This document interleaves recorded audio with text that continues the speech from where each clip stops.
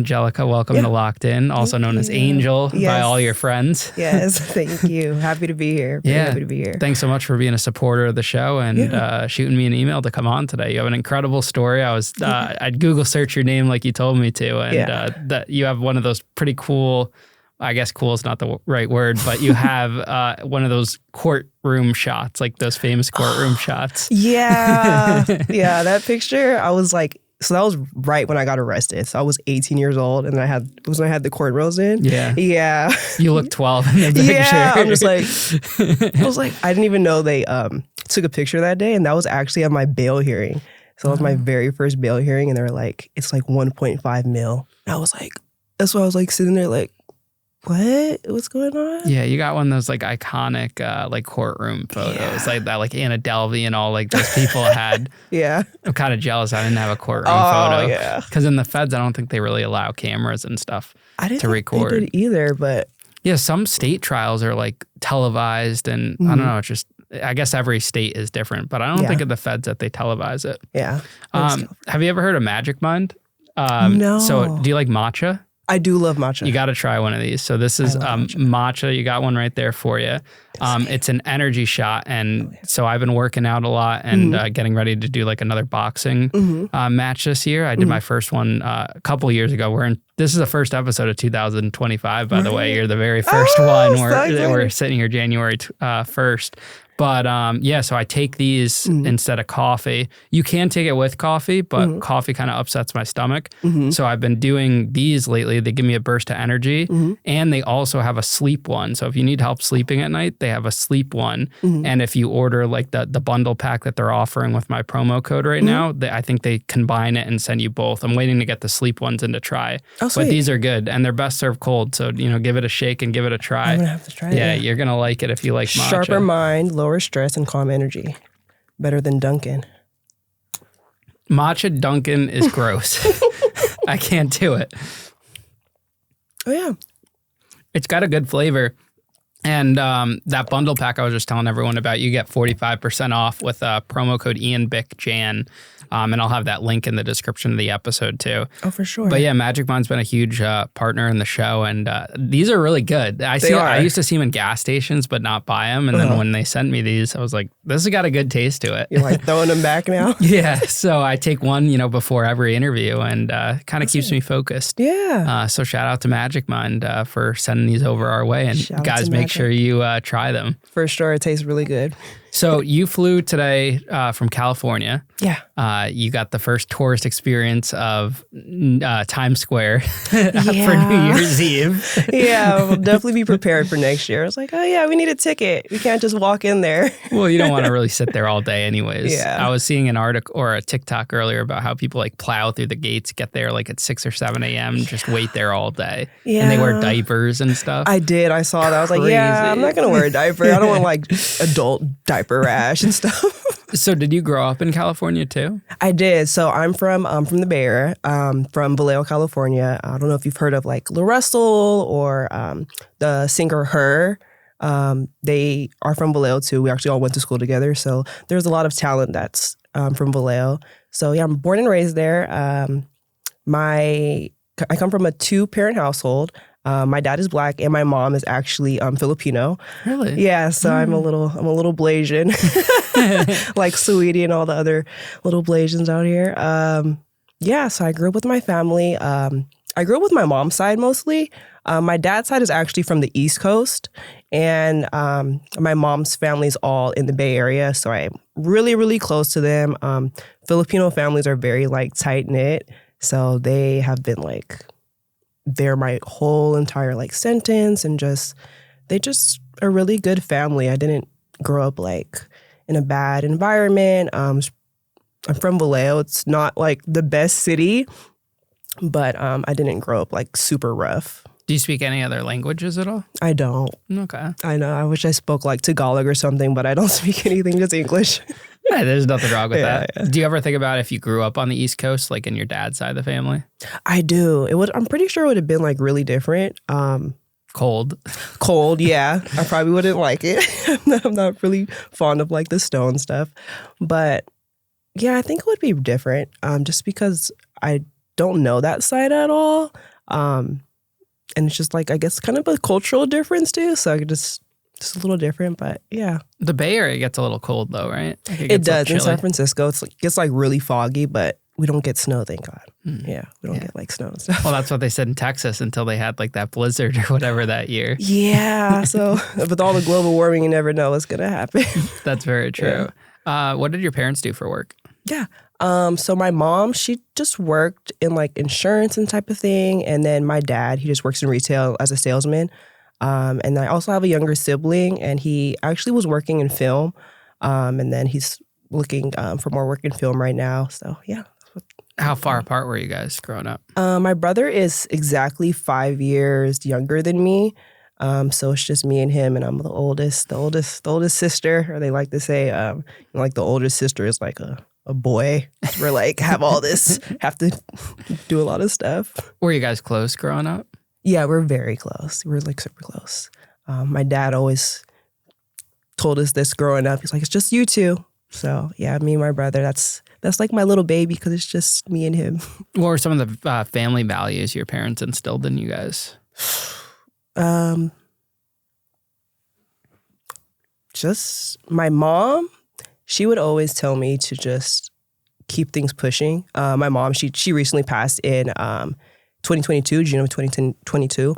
And she was very just like, move forward, keep it pushing, don't look back. Whereas my dad, he gets caught up in his mind a lot, and we, which I do too. I'm like, look back on the past. And I was like, no, like just keep going, which also helped me a lot when I was gone, to just keep, that perseverance. My dad told me a lot of stuff. I think because I'm also a girl and I'm his first baby girl. Just respect yourself as a woman. Basic things, don't lie, respect people. He tells me still to this day, love yourself first. You're the diamond. Just as a woman, you just have to always remember to love yourself, and you're not the two, you're the one, as he likes to say. So those are a few things. Oh, I'm sorry for your loss of your mom. Oh, no worries. Just thank you. But at least she was able to see me come home. That's big. Yeah. Yeah, especially given your story, which we're about to find out soon later in this episode. Yeah. Did you guys struggle for money growing up, or did you have money? No, we had money actually. Not like super rich, but we had Christmas toys. I had a bike. We didn't have like the water off, so everything was pretty stable and consistent. I had a really good childhood, I would say. My parents, they're not perfect like no parent is, but everything that they've done for me, I'm very grateful for. And I have no complaints with my childhood at all, really. Is there one thing you wish you could change about your childhood at all, looking back on it now? Yeah, I wish I would listen to my parents. They always tell you, whether it has to do with life, or if they're like, oh, that person is not your friend, or just this is not the right boyfriend, or whatever it may be. And I'm a little hard-headed. I have to touch the fire to know that I'm going to get burned instead of just looking at it. That. Did you go to public school or private? I went to a public school in Vallejo. I went to public schools my whole entire life. I played volleyball, actually. You are a little tall, right? Yeah, I'm like 5'7". Yeah, that's tall. Maybe that's tall, yeah. Another inch with my little Tims. You got the prison boots on. Right? That's hilarious. Well, those are the classy prison boots. Those are like the ones you upgrade to. Right. Did they sell those on commissary for you guys? They did. Okay. The black ones when you go out to work, which, yeah. Good times. Yeah. My... sorry, what was the question? I got distracted from my boots. Public school. Oh, public school? Yeah. I went to public schools, and then I played volleyball, so I played sports. When I was young, I played like PAL soccer. It's just soccer. I played basketball. And then I got into volleyball when I was about 13 years old, and I actually had no experience at all. My mom, she just signed me up, and I was always very shy, and she's like, just try out. I tried out, and then I found out I'm ambidextrous, so I could hit with both hands, and they let me join the team. And then, so from 13 until I was 18, I played volleyball in high school and also on a traveling team, so it was year-round. And it was like the best experience ever. Like sports was great. I don't know if you did any sports. I was a musical theater nerd. Oh, well, that's still good. It's some type of, I did do like PAL soccer and basketball, Deo basketball for like the local league outside of school because I was never good enough to make the teams. And I was always like last person picked because I was a little chubby, nerdy kid, the least athletic person ever. I'm getting better at that. But yeah. Right, you're boxing. Yeah. But I just wasn't that good. I could ball a little bit now. I could play basketball. I learned in prison. And I was on the prison softball team. Oh, really? I did the most sports ever in my life in prison. I'm sure you had to find something to do. Yeah. So did you want to go to college for volleyball? What were you thinking long term? Yes. So I actually was going to Pasadena Community College, and my high school year, my senior year, I actually tore my ACL and meniscus, so that made me like super depressed in high school. And then once I rehabilitated it, I went to college and I made the team there. So I just played like a little, like for a very small short of time at the community college, which is also the place I got arrested at college. But yeah, so that's what I did. Did you have any problems in high school at all, or was it a pretty normal high school experience? No, it was pretty normal. Back then, I was very like bubbly and just like wanted to talk to everybody. Kind of, I wouldn't say I was popular, but I guess I knew a lot of people. I was very social back then. And I played sports, so that helped a lot. But it was great. High school was fun. I don't have any complaints about high school, really. It's cool getting to know the person before prison and then seeing how they come out after. And it's good to see that you still have like that kind of bubbly personality, like smiley, happy, because prison can change that, Yeah.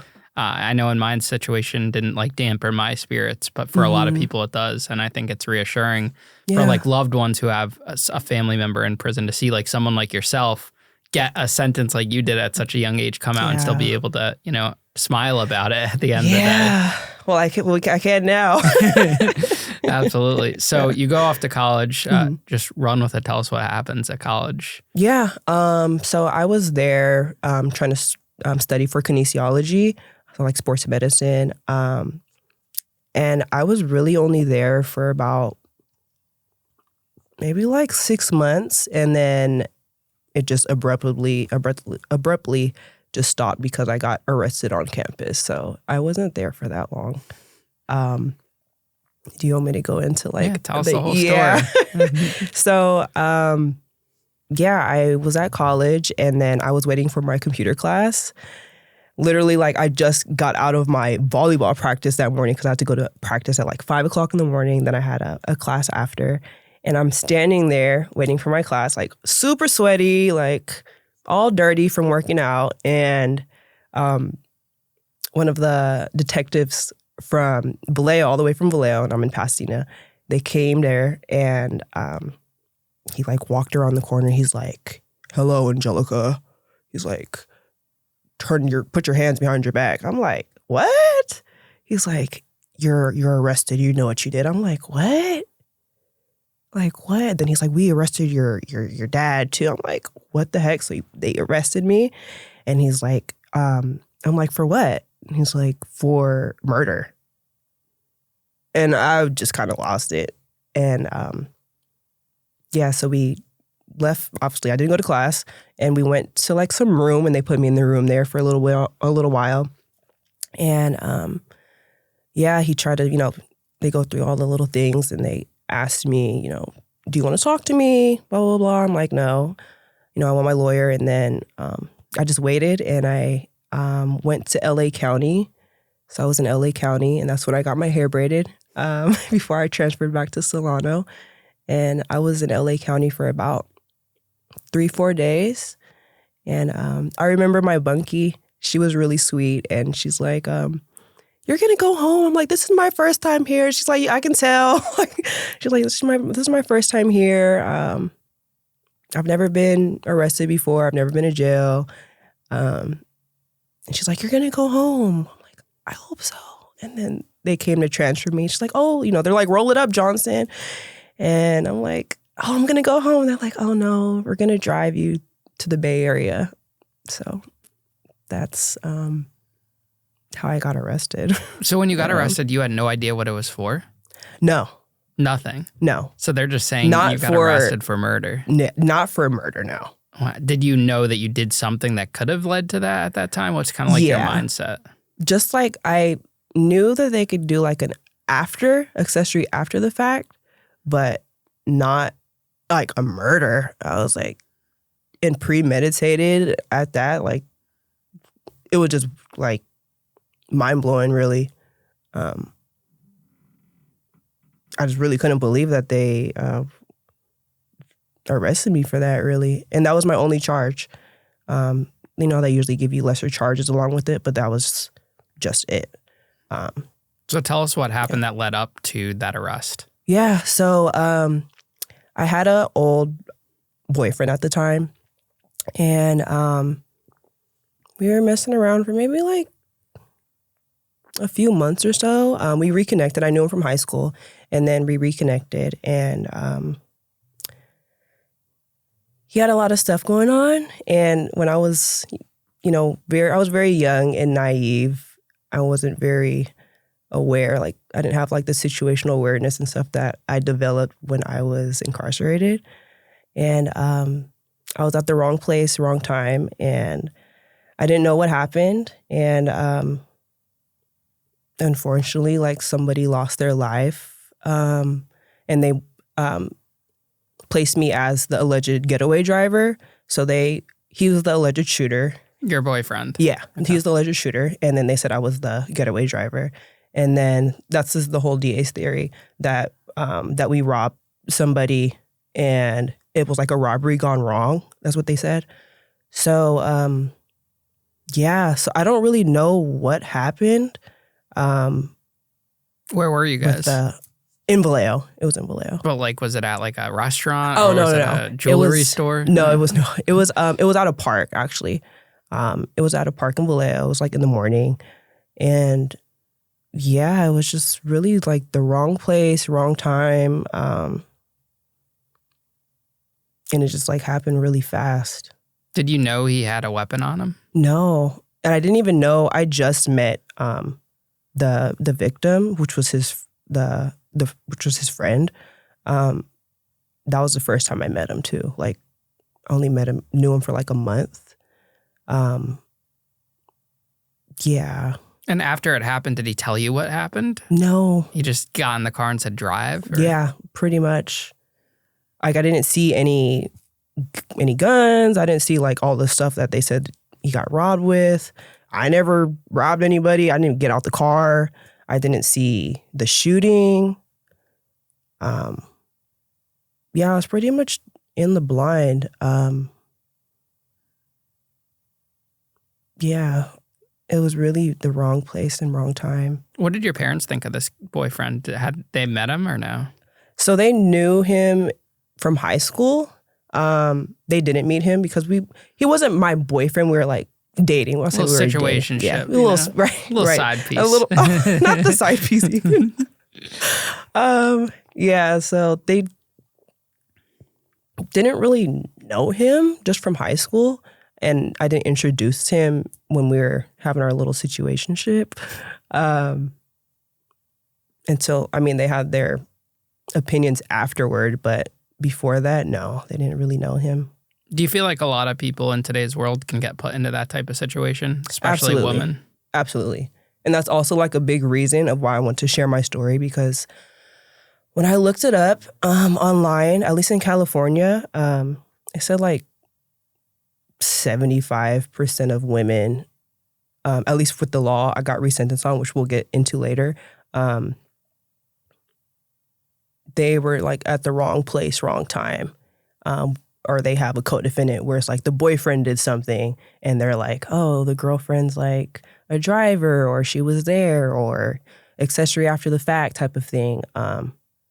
And also I don't have, like we said, I don't have like a background of, robbing people, or like, I didn't have that, I didn't have like that pathway and roadway where you're like, oh, I could see her going to jail. It was like this was a huge shock to the whole city. because I'm not known for that. So this could happen to any girl. If you have a good family, if you have a good background, it could just happen to anyone. When did you realize that someone died and it was because of the guy you were seeing? When they didn't get in the car. So you knew right then and there? Yeah, I mean, I put it together. I'm like, well, he didn't get in the car. And I heard, gunshots. So I was like, it kind of made, it kind of made sense. Like, nobody was coming back. And just the vibe, it was like, go away. Like, we have to drive. It's like, well, where's the other person? Yeah. Did you see it in the news that day of what happened at all, or? No, I didn't see it on the news, but they had all the articles like when I was arrested. That's when I saw like the news and stuff like that. How much time passed between the shooting and your actual arrest? The shooting was in December of 2014, and I was arrested in March of 2015. So like a few months. Okay. And did you stop seeing the guy at that point? No, we were still talking. And he hadn't gotten arrested yet either? No, he was already in jail for something else. Okay, so he was already jammed up for something unrelated. Yeah. So you're thinking everything's good, and then all of a sudden you're arrested on campus? Yeah. What was your first conversation with your parents after your arrest like?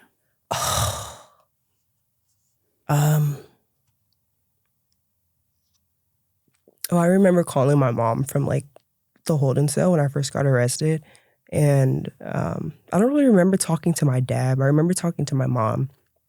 And she was just, pretty much hysterical. And we were just trying to figure everything out because we were all confused on, the charges and just the whole process because no one in my family has ever dealt with the court system. Yeah, she was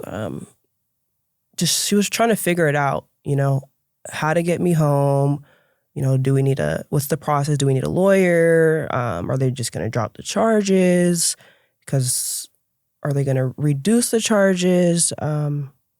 They were just trying to find help because we didn't know how to navigate the system and we're just pretty much in shock.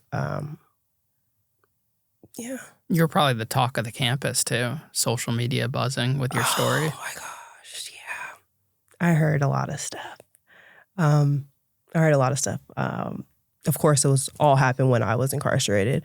But I had a few friends, that still talk to me when I was gone. And they're like, we got your back. People are saying crazy stuff on Twitter or Instagram and all the social media platforms, which I understand. Because it's I understand the situation. If you don't know what happened, then, I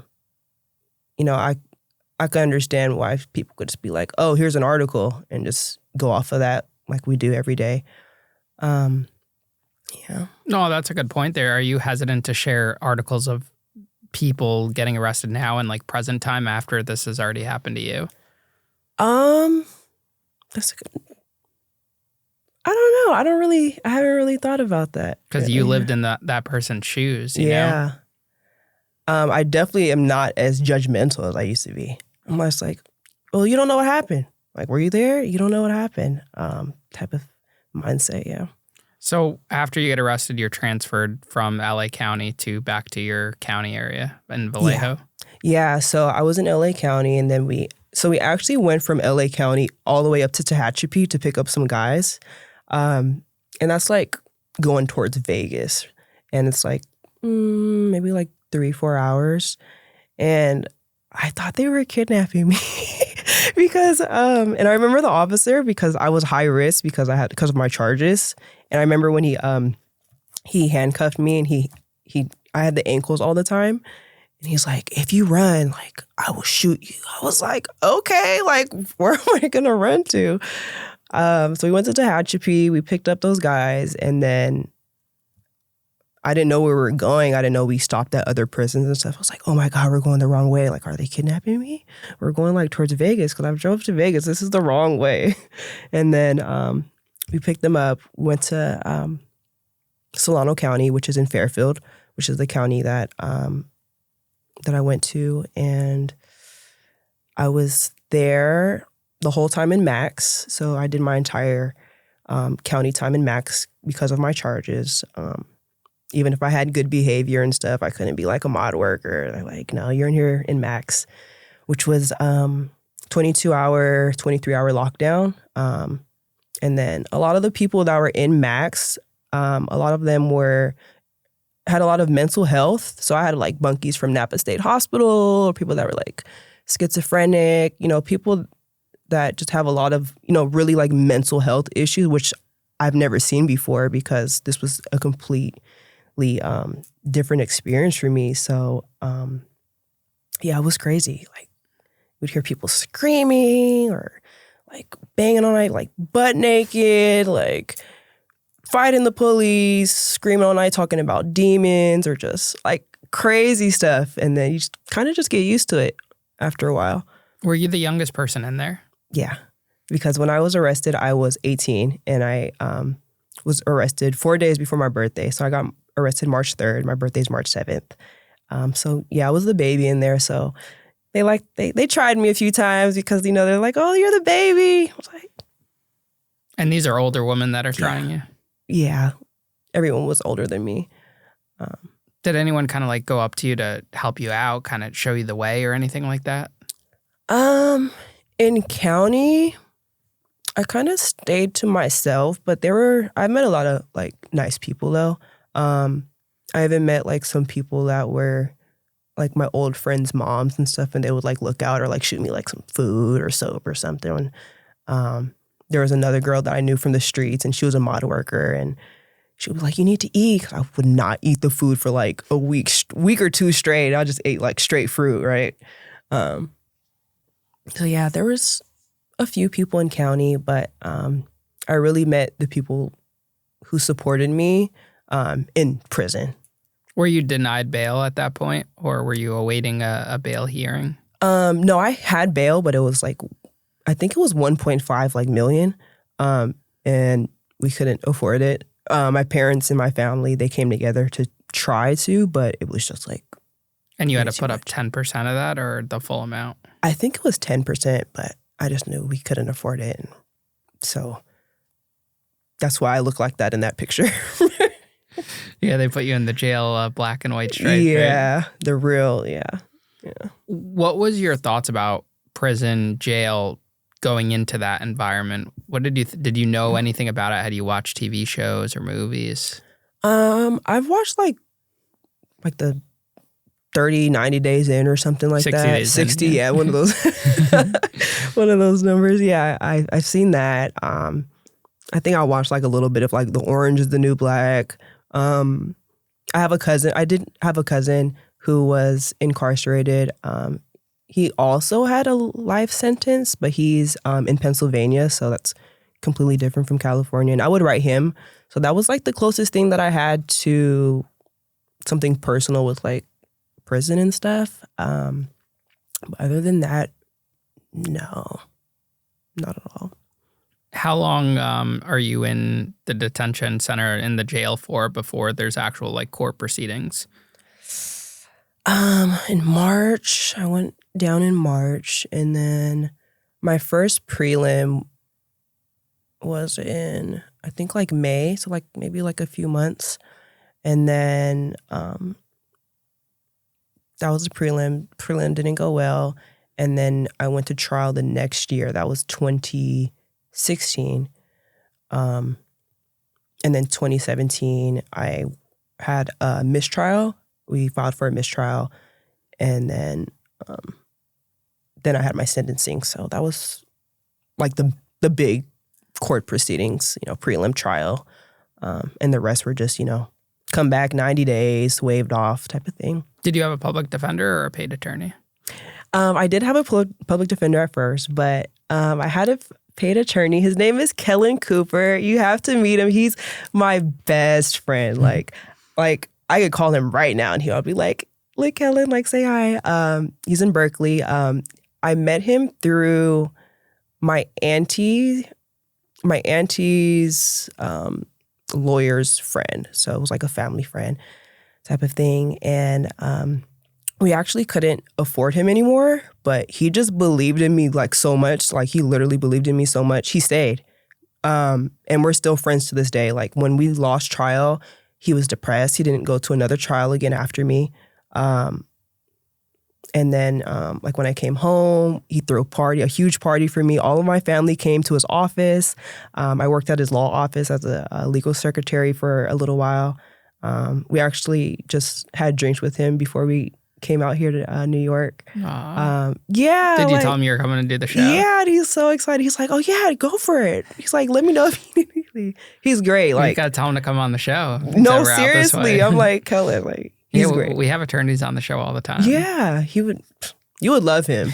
He's like literally the best. Like he's always like, I'm not just a lawyer. He's like, I'm your friend. I'm like, you're right. You're my friend.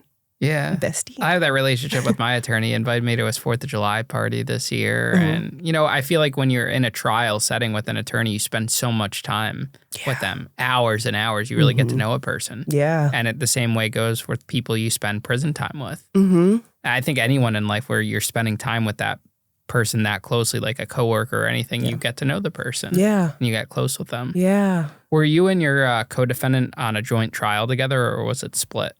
No, so we ended up splitting it because he had some other like pending cases.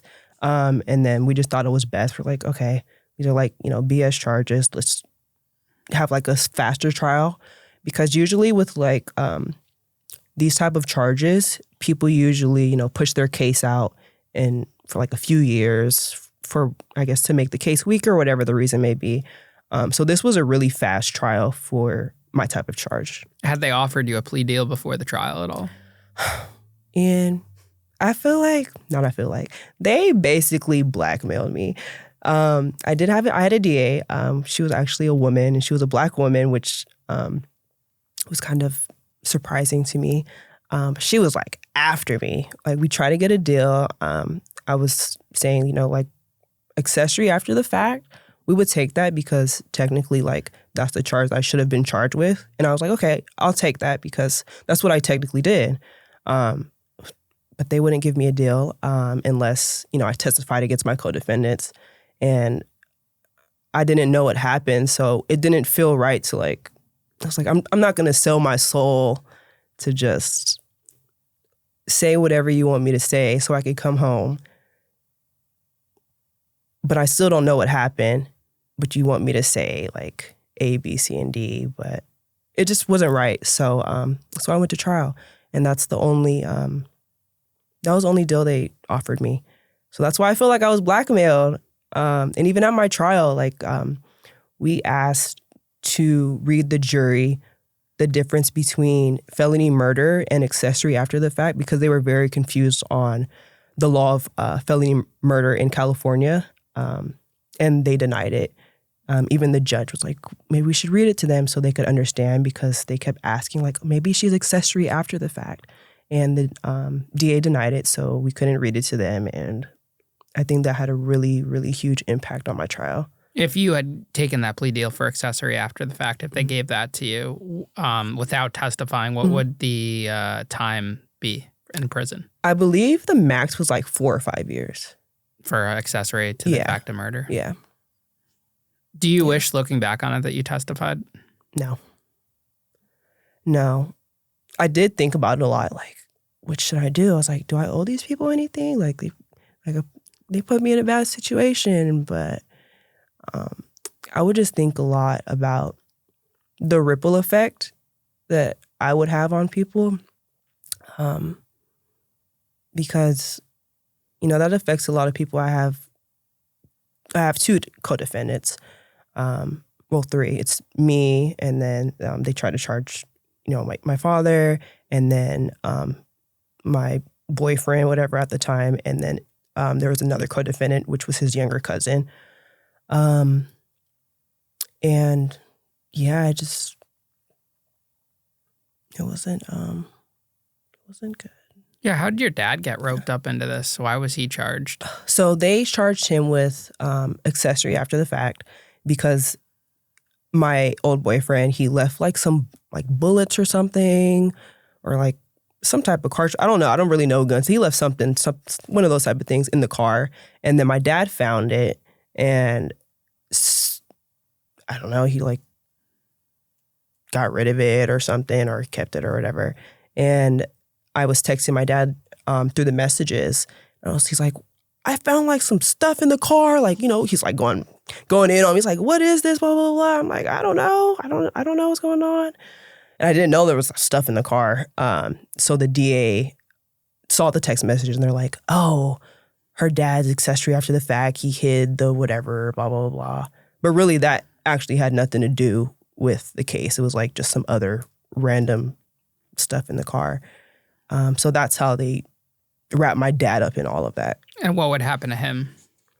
So he had to do like, I think like a month in jail. So they gave him, he took a deal and he just did like a month in jail, which was like the worst ever because it was the same jail. We were in the same jail. And he had never gotten into trouble before? Not that I know of. Maybe when he was like a juvenile, but no, like my dad's never gotten into trouble since I've been alive. He's always just been a hardworking man, very respectful. So this was a lot for him. And along with that, my mom was also sick when I got arrested. Her health started to decline. So she had like, when she was younger, she had a kidney transplant. She had lupus and stuff before I was born. And then that transplant started to fail when I was incarcerated and started to progressively get worse. So it was a lot for my dad, you know, for him to deal with his daughter being charged, you know, with murder. And then he has to deal with his case. He has to take care of his wife who's sick. He also has a son who, you know, who's in high school that he has to, you know, tend to.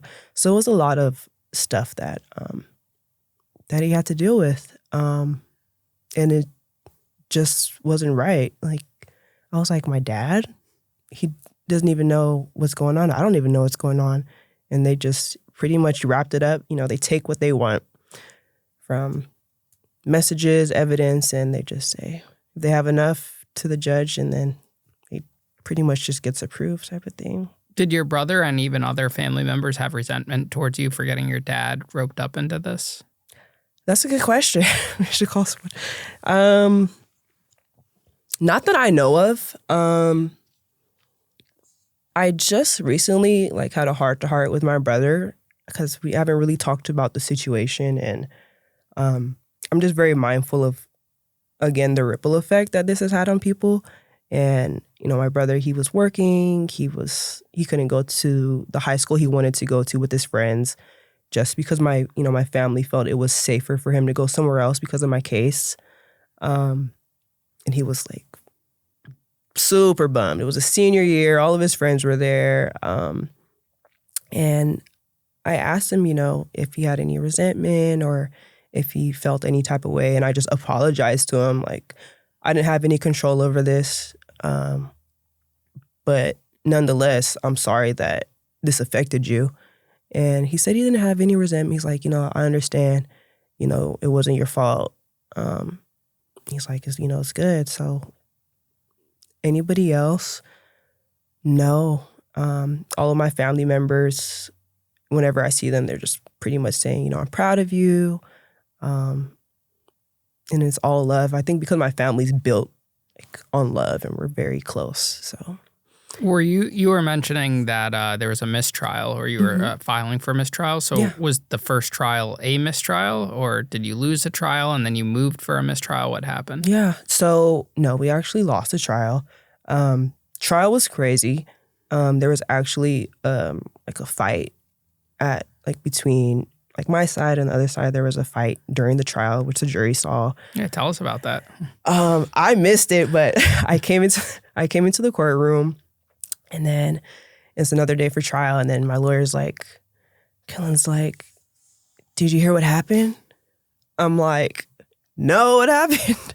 He's like, yeah, your cousin, they got into like a fight or something happened with both sides. And then I guess he said the jury saw it and it just wasn't, it doesn't look good. Yeah, that's what happened with the altercation. The trial, I think it was like a few weeks long. And the verdict, when it came in, they only deliberated for like 3-4 hours. So I remember sitting in the cell in the back and my lawyer's like, all right, we're going to go talk. He's like, this is either really, really good or this is really, really bad because it's so quick. It ended up being really, really bad. And they said I was guilty. So that is when we filed for mistrial after I lost trial. What were those thoughts going through your mind when you heard the guilty verdict?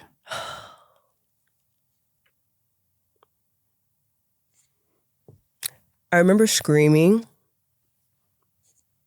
I remember, I was screaming and just being like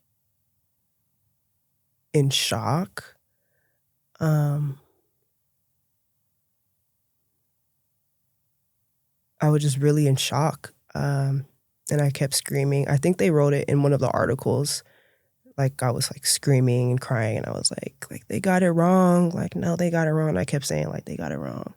And I remember turning back and looking at like my mom. I saw my mom. I saw my dad. I remember seeing my uncle, like an auntie. And I just remember like their faces. I remember the gasp from the crowd, from the other side. It was a lot. I remember sitting right next to Kellen and Kellen's just like looking. He's just like looking like, what? Yeah, it was really crazy. I almost can't explain it. It was just like such a shock. It was very, very shocking. Now, as someone that was fighting their case from inside the jail, like you didn't have bail, what was that experience going to trial every day like? Well, at first, I was kind of happy because I got to wear regular clothes. And then going back and forth to court was exhausting. And everyone knew I was going to trial. Everyone, when you're on the bus and then you got the clothes on, it was a lot. It was a lot of stuff going on, and I was younger, so I think a lot of stuff kind of just maybe like went over my head, like this can't be happening. Like there's no way that they're gonna convict me or that this would happen. I remember all the people or like the guys and the girls on the bus, they're like, "You're gonna be good. Like, don't worry about it." Like, I was like, I hope so. I hope so. Describe that period of time from conviction to when you're actually sentenced, because you're in like limbo. Like, you're in prison, you're stuck there, but you don't know for how long. Yeah. So for my conviction from when I got sentenced, so between that's when I had my mistrial too. And so after trial, I was broken, but not all the way. Kellen was telling me like, we can have a mistrial. There's a lot of like faulty things that happened during the trial.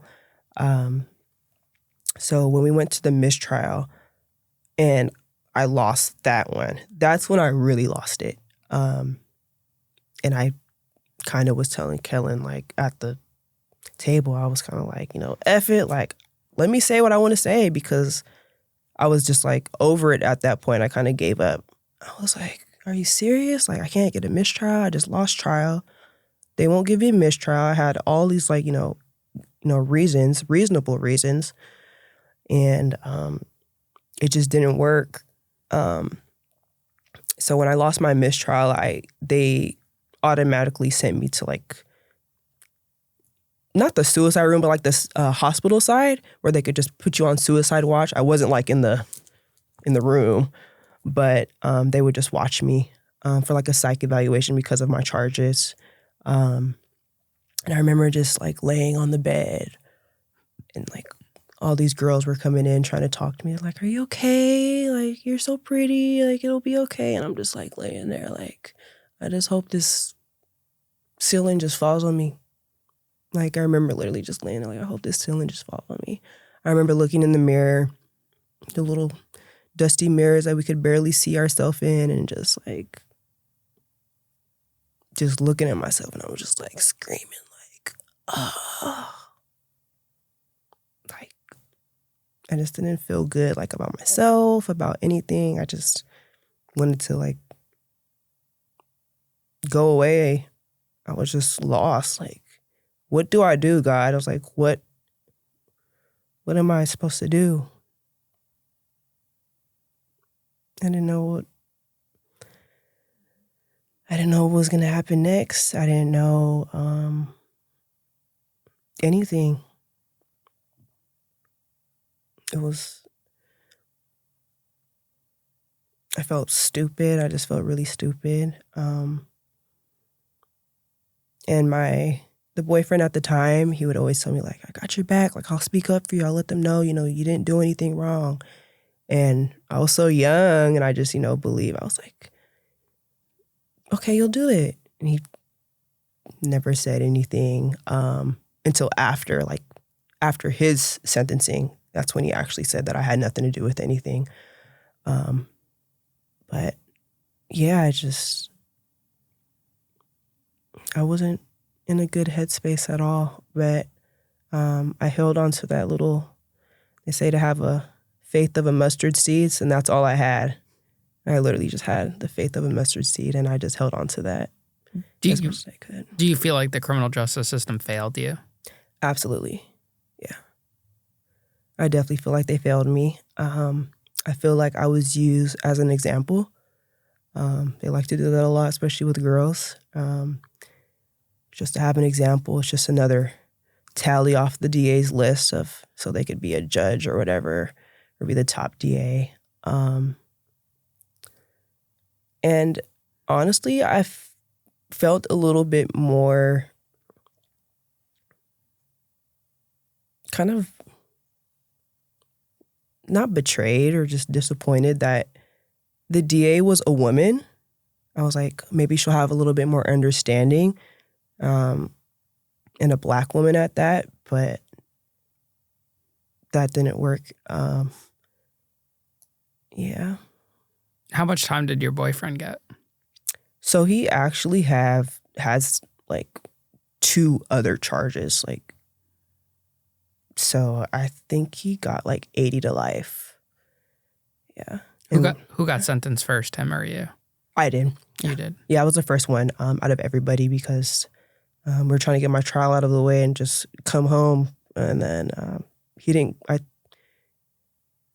finish his case until like, I think like last year. He just finished his case. So it's been like years, or like last year or 2. Walk us through your sentencing. What happened that day? The sentencing,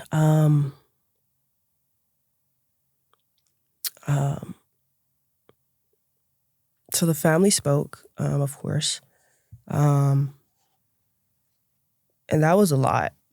But I understood it because, I've had family members that have been, victims of crimes, and, the mom, she didn't sound resentful. She just sounded, sad. And she just had, went on her memories and stuff.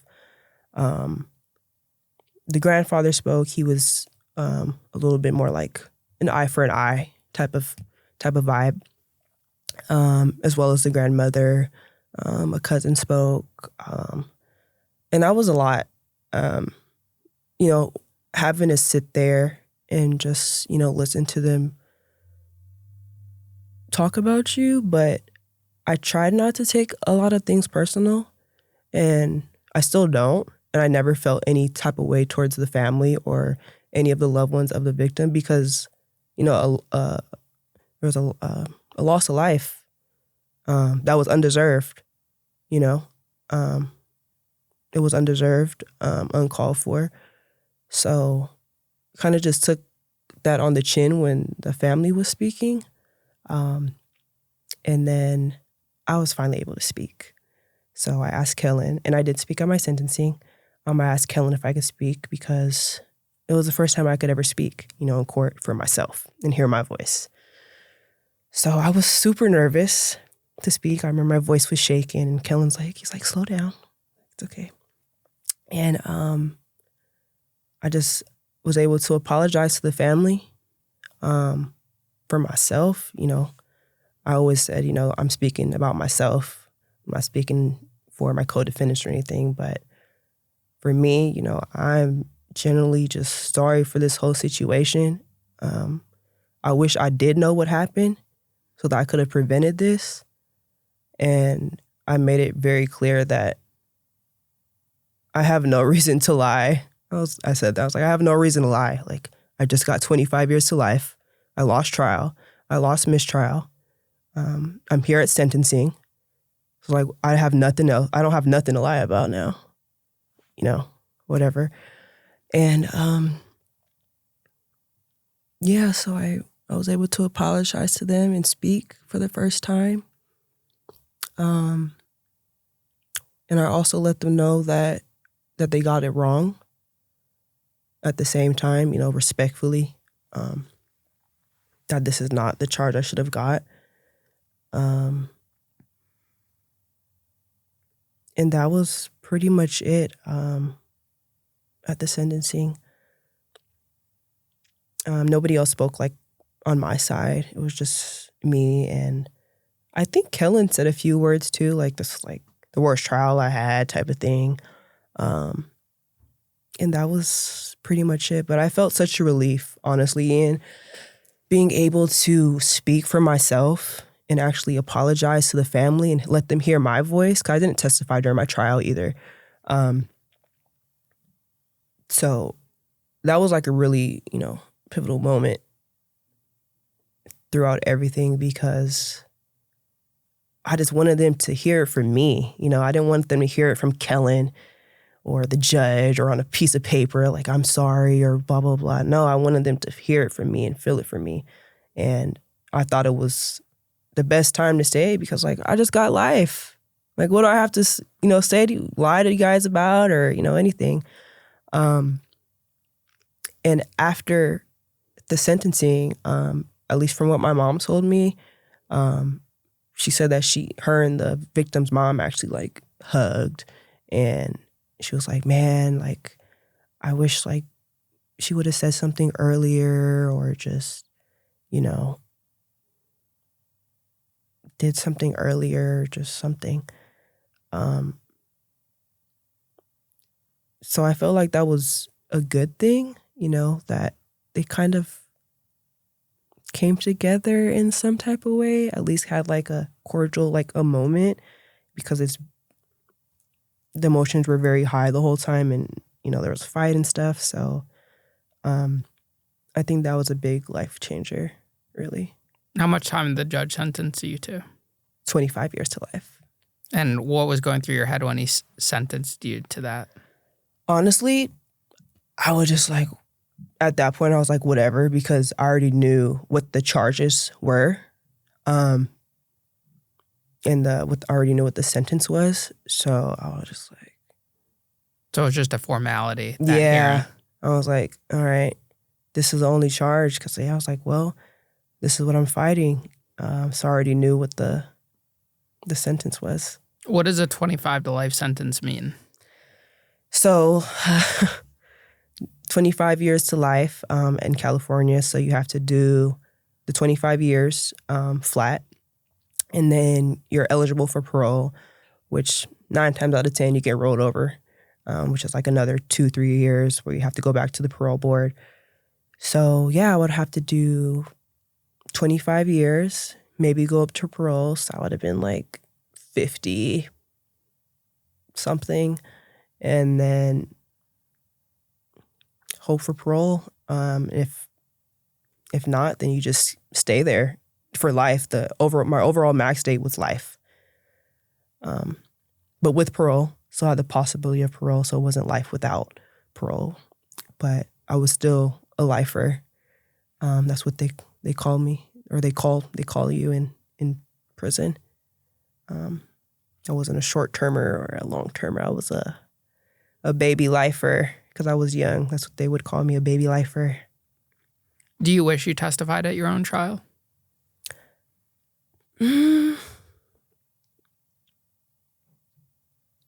I think it would have made a difference, just to hear my voice and to go through everything. Yeah, I probably would have testified at a trial. I think it would have had a bigger impact on the jury, and just so they could understand my side more and not just, the DA's theory. Yeah, if I could go back, I would testify. Where does a woman with life in California at your age get sent to? So in California, I believe, if it's still current, there's only 4 women's prisons. So there's Chowchilla, and that's where I was at. That is the only level 4 prison in California, and it also hosts death row. And then there's CIW, which is in Los Angeles. There's McFarland, which is like an open dorm, low level. And then there's Folsom in Sacramento. So I was at Chowchilla, and that's where I did everyone goes there for receiving. And because my points were so high, and my sentence, my age, all of those factors into that, I was at Chowchilla for the rest of my incarceration in prison, yeah. What was that situation like going into that prison? Were you in a cell all day? What type of people were you around? Yeah. At Chowchilla, it was so different from county. So when I left county, everyone that has been to prison, they're like, oh, like, prison's like Disneyland. I'm like, really? I'm like, okay. So I get there, I'm like, oh yeah, it is like Disneyland compared to county, right? So I was able to go outside. I wish I had a picture. I was so pale. I was like your color. I'm white. I'm like Casper. That's how I was. Seriously, I was so pale. So when I got to Chowchilla, I was like, oh, I was able to go outside. I remember being in the holding cell. Even the food from the state prison was just better, just a regular, food tray. It wasn't like slop. I was like, oh, it's like edible. I can go outside. I can wear real clothes. I can have Dove soap and, real lotion. I didn't get any of that in county. And you can listen to music and stuff. So, yeah, it felt like Disneyland compared to where I was at for 3 years, because I was in county for 3 years in max. So that was a huge transition from being 22, 23-hour lockdown to, you can go outside and, have some type of freedom. Were there politics with the women, like any gangs or anything like that? There was like gangs, like like the Crips and Bloods and like a lot of like LA stuff. But there wasn't politics like the men's. Like we didn't have like separated by like race, things like that. Like my cell was 8 women in there, and we had the bathroom in there and also the shower. So it was just 2 bunks in like each corner. And that was a transition for me too, because I haven't been around a lot of people, at least living with a lot of people. But I had some really good roommates, actually. My time in receiving for the first 90 days, it was actually kind of fun. We would just talk and just go outside, and I think because everyone came from county, so it wasn't terrible, actually. Were you seeing any violence at all? Yeah. I've definitely seen some girls get cut up with like a razor, and I was like, oh.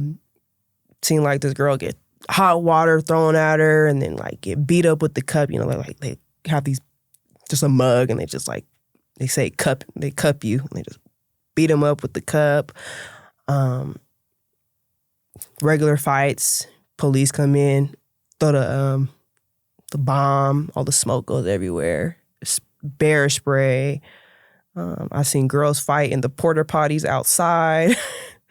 I've seen girls just fight just because they don't want their partner or their girlfriend to go home and like take their date.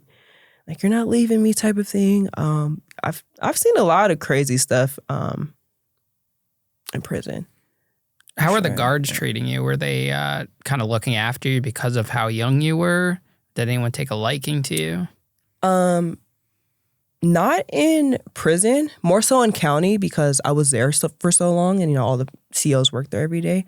There was like a few guards, definitely 4 of them. I don't want to like get them in trouble, but there's definitely like 4 guards there in county who were like completely saddened by my case. And they would talk to me and be like, Johnson, like, you could be doing something so much better. Like, you don't belong here. They would always say that. Like, you don't belong here.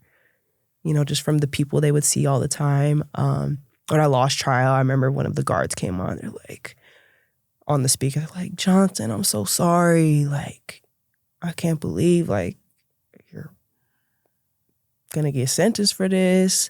I've had them come, like, to my window. Like, they almost looked like they were going to cry, honestly. And when I got resentenced and came back, like, they were happy for me.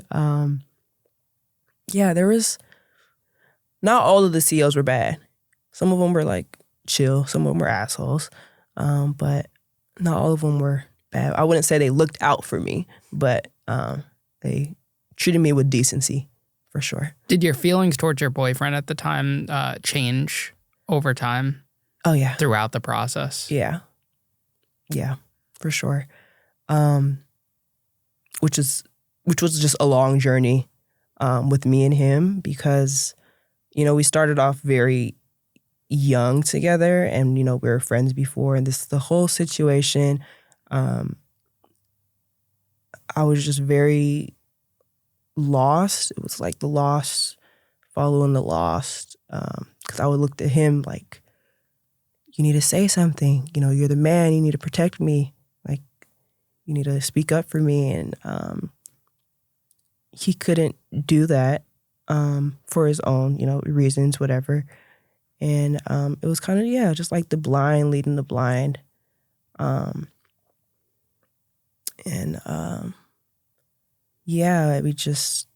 feel like we just had more of like a trauma bond. And at a certain point, it just felt like it was just us because everyone was gone, right? I was like, I have life. Like, no guy wants to come see me and like marry me. Not one that actually knows me, maybe like a weird pen pal or something. So we did keep in contact when I was incarcerated. He had time to write. I had time to write. We had, the same stuff going on. So we really kind of just, I felt like it was like a trauma bond. There was still like some love around, but it just felt like we like bonded over that. And we just felt like we both didn't have anybody. Cause we're both going to be doing time and we're just going to write each other type of thing. And it just didn't work. I always felt like it wasn't right because I was like, obviously, this is not the person for me. But I guess the little lover girl in me was like, oh, maybe something will happen. But yeah, I definitely changed over time. And I feel completely different now. Yeah. After you got sentenced, did you give up hope on any other appeals or outcomes, or was there always something kind of keeping you in the headspace to stay in the game? Yeah. I did have some hope in the appeal process, and I talked to my family all the time, and they always told me, stay strong, don't give up. My dad used to tell me all the time, you're a light. He's like, keep your light. My bubbly little self that I have to hold on to that because it was a place of darkness. Yeah. So what ends up happening?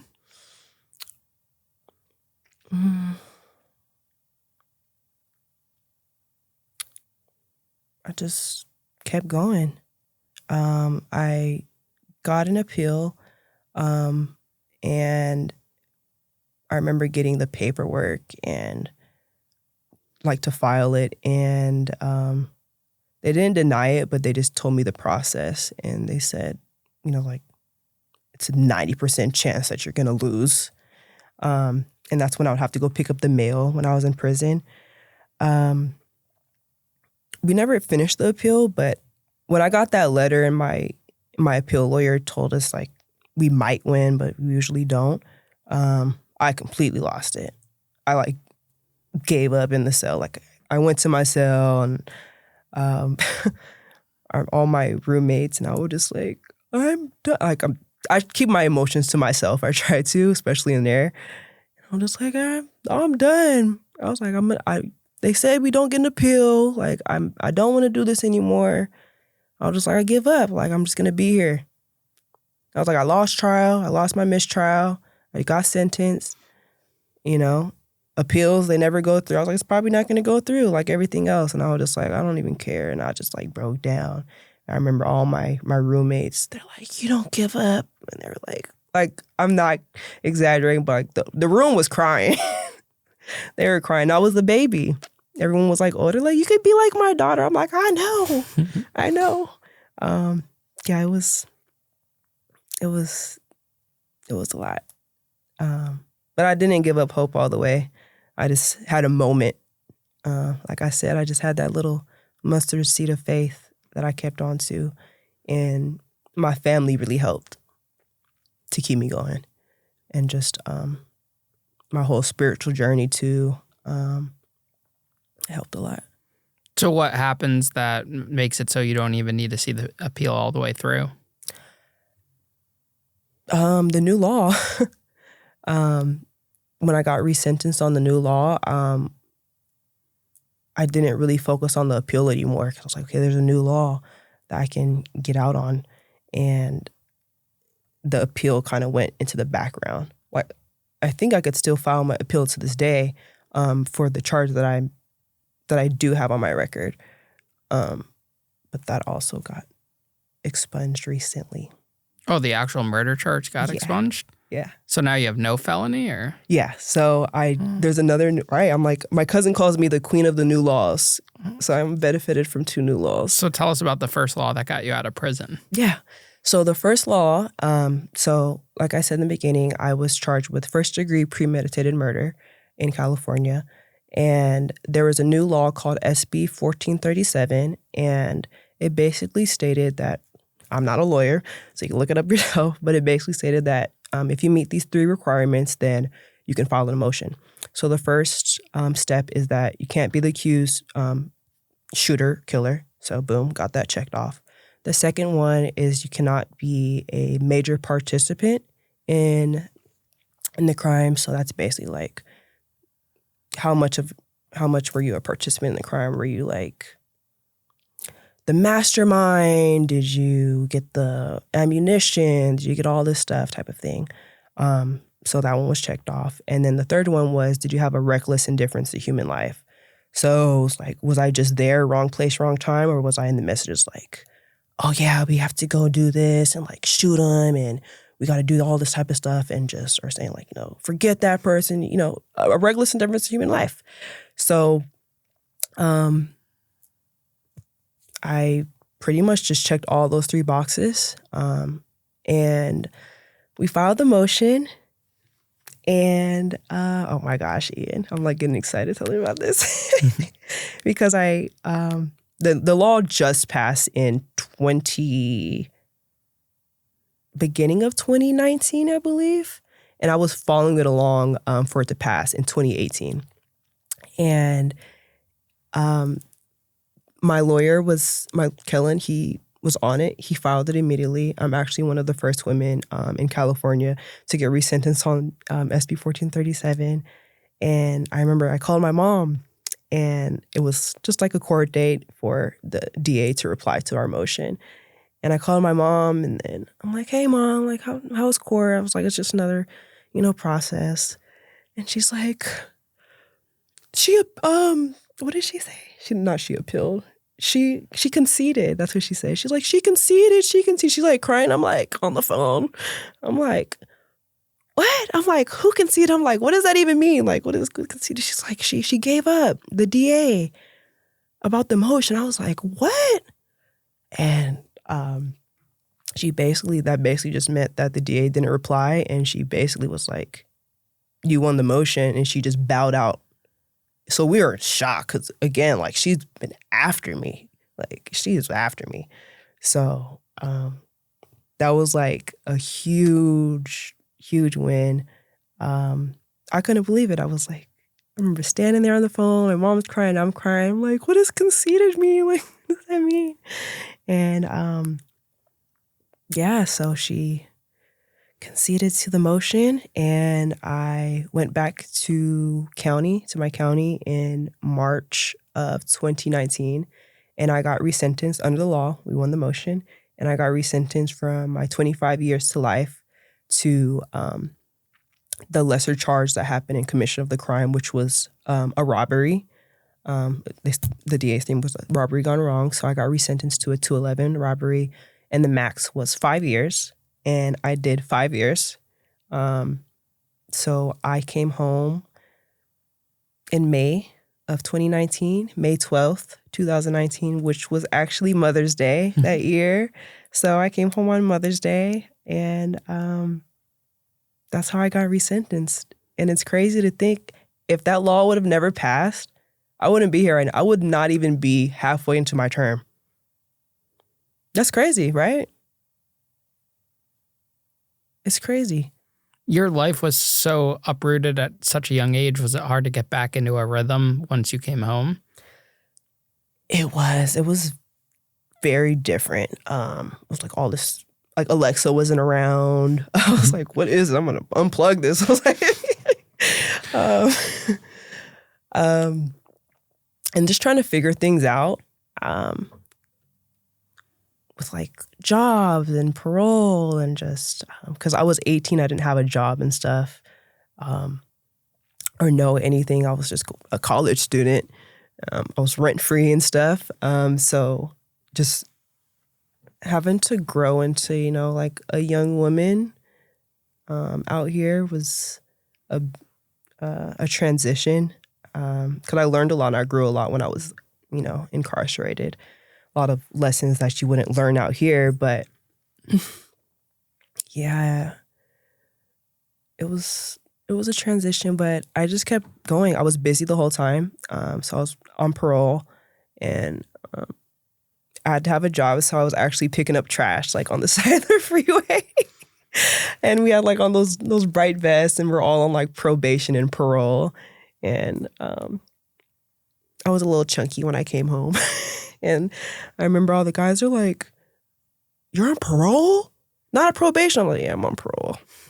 They're like, oh, you were in prison? I was in prison. So I did that. And then when I was picking up trash, I actually met this man named Terrell Baker, and he was like the manager of the job. And he was like, hey, like, you look like you should be doing something else. I'm like, oh yeah, I'm very organized. I like all this stuff. And he introduced me to a program called Year Up. And it's like 6 months of college and training, like in the project management track. And then after those 6 months, you earn an internship for like one of the tech companies based on your skills. So from that picking up trash job, I went into the Year Up program, and I went to school for like 6 months. I got an internship at Airbnb. So I was at Airbnb as a recruiting coordinator for like 6 months. Right? It's like I'm like all over the place. So they won't rent to felons, but they'll hire the felon to work in recruiting. Exactly. Well, good for you. Right? I was like, oh yeah, they don't even know. Yeah. So was it hard to like date with having those negative articles written about you? Yeah, maybe. Yeah. I didn't date a lot of people like that didn't know me. Like the people that I did date, they already knew my situation, and it wasn't like hard or anything. No, I think because they knew who I was before the situation, and they know me, and they're like, "That's not you." So, no, it was never like an issue. No. What were some of those lessons you learned in prison that you were referring to earlier? Everything, everything.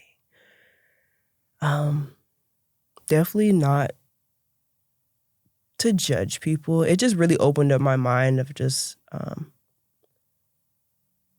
don't judge others, and just, seeing all those people, especially in county, of the mental health, like really opened up my eyes to how they just treated everybody. Like they don't get real mental health help. They just throw them in a cell or just dope them up on meds. That was a lot for me to take in a way. It's really just like basic stuff, just being respectful to others, mind your business, mind your business. Yeah, and just keep persevering, really. You just got to keep persevering and holding on to that little bit of hope. To stay a light, stay true to yourself. Be very aware, and just, trying to learn people's body language, and learning how to live with people was a big lesson. 'Cause I never lived with people, and living with 7 other women, we can be very emotional. So I had to learn a lot of lessons. It's just like, we're all going through something. We're all here. We're going through something. To just not take things personal. I had a lot of spiritual growth. I don't have a religious background, so I just learned about like kind of all the religions. I tried to, and just I read my Bible, and I started to practice gratitude every day. So that was something that I implement to this day, which was like, I guess, a good spiritual lesson for me. Have you read The Secret? No. Have you heard of The Secret? I haven't. It's basically just like the laws of the universe, type of thing. And the secret and the magic book is a 30-day practice of gratitude. So you wake up in the morning and you like write 10 things you're grateful for. Like, I'm grateful that I'm meeting with Ian today because this is amazing and we're having a great story. And you just write 10 things in the morning, start off with gratitude. My bunkie actually tried to do it with me, and just have another gratitude practice throughout the day. So that helped me a lot too. To change, it really changes your mind frame, especially in there. You have to have something positive to look to, and have some type of, at least for me, have some type of, spiritual, like just something you could hold on to, so you could feel better. And if things were just better, it's just change your mind. You're focusing on the good things. There's still a lot of things to be grateful for, despite the circumstances. And yeah, I really just felt better. Like it was just a mind shift, really. Tell us about that second law that got passed that got your record expunged. Yeah. So the second law, it literally like just passed this year. I don't recall what motion and stuff it is, or which law it is, but it's a new law where basically if you have not been in trouble since your prison sentence, and they feel like, you've been doing good, then you can automatically qualify for an expungement. So I've been doing everything and then some since I've been home. And we filed the motion. And the judge, he literally was like, waved a hand. He was like, granted. I was nervous because I think it's just a court process. I was very triggered actually when I first went to court because I've never been to court from the streets. So that was completely triggering. But yeah, he just waved off. He was like, granted. So Kellen was there. And it was great. And I got it expunged. So I don't have a murder on it because that was already for my first resentencing. So it would just be the robbery on my record. So that is now expunged too. So now I don't have anything. Now, was there a follow-up article when you got your record expunged? Did the news reporters reach out and do like a piece on the whole situation and explaining your side of the story?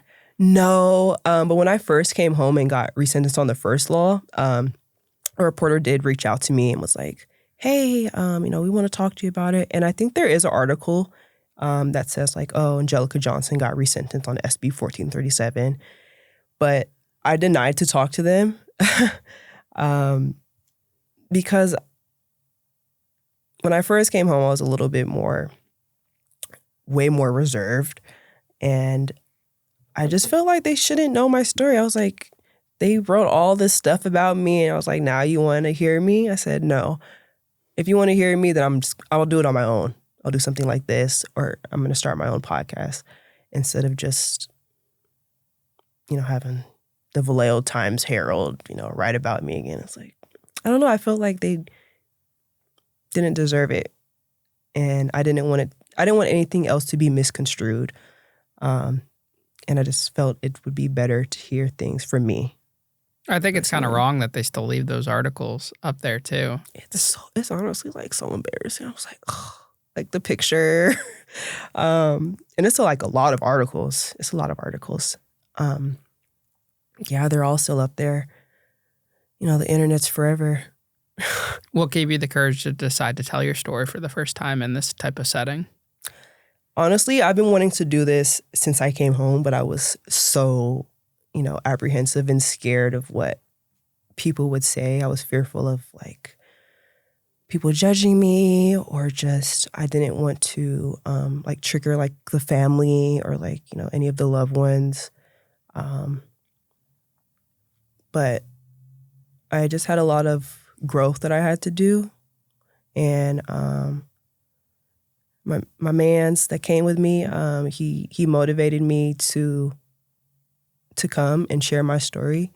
So that's really what put the fire up under my butt to come out here and just really, go for it. Because I had all the ideas, but I'm like, should I do it? I don't know. And I did it.